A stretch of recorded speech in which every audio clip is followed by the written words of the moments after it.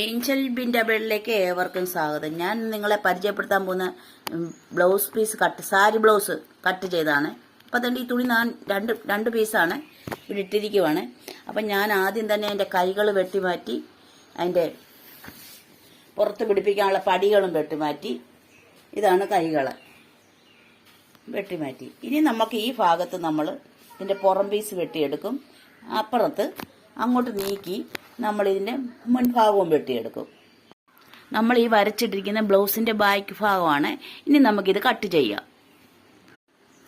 ഇനി നമ്മൾ വെട്ടിയെടുത്ത ബാക്ക് ഭാഗം എടുത്ത് ഇതിന്റെ മോൾപോട്ടിടണം.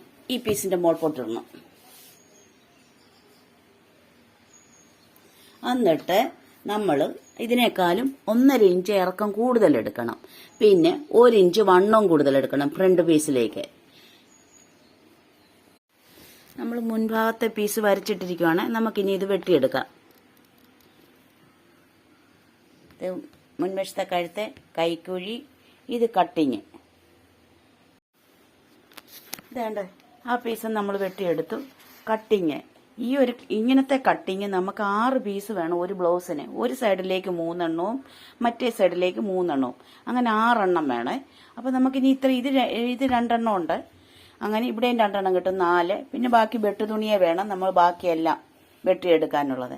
ഇത് അളവും കാര്യങ്ങളും ഒന്നും ഞാൻ പറഞ്ഞു തന്നിട്ടില്ല. നമ്മൾ എങ്ങനെ തുണി ഇടുന്നെന്നും എന്തൊക്കെയാ വെട്ടിയെടുക്കുന്നതെന്നും മാത്രമാണ് ഞാൻ ഈ വീഡിയോയിൽ കാണിച്ചു തന്നിരിക്കുന്നത്. അപ്പോൾ തന്നെ ഞാൻ ഈ ബ്ലൗസ് കട്ട് ചെയ്ത് കഴിഞ്ഞ് നമുക്കിതിന്റെ ഭാഗങ്ങൾ പരിചയപ്പെടാം. ഇത് പുറം പീസ്, ഇത് ഫ്രണ്ടിലത്തെ പീസ്, ഇത് കൈകള്, പിന്നെ ഇത് കട്ടിങ്ങുകള്, പിന്നെ ഇത് ബാക്കി പിടിപ്പിക്കാനുള്ള പടിയും ഫ്രണ്ടിൽ കുക്സ് പിടിപ്പിക്കാനുള്ള പടികളും, പിന്നെ ഇതെ പിടിപ്പിക്കാനുള്ള ഈ ക്രോസ് കട്ടിങ്, കഴുത്തെ പിടിപ്പിക്കാനുള്ള ക്രോസ് കട്ടിങ്ങിന്റെ തുണി. ഇത്രയാണ് ഈ ഒരു ബ്ലൗസ് പീസിന്റെ ഭാഗങ്ങൾ.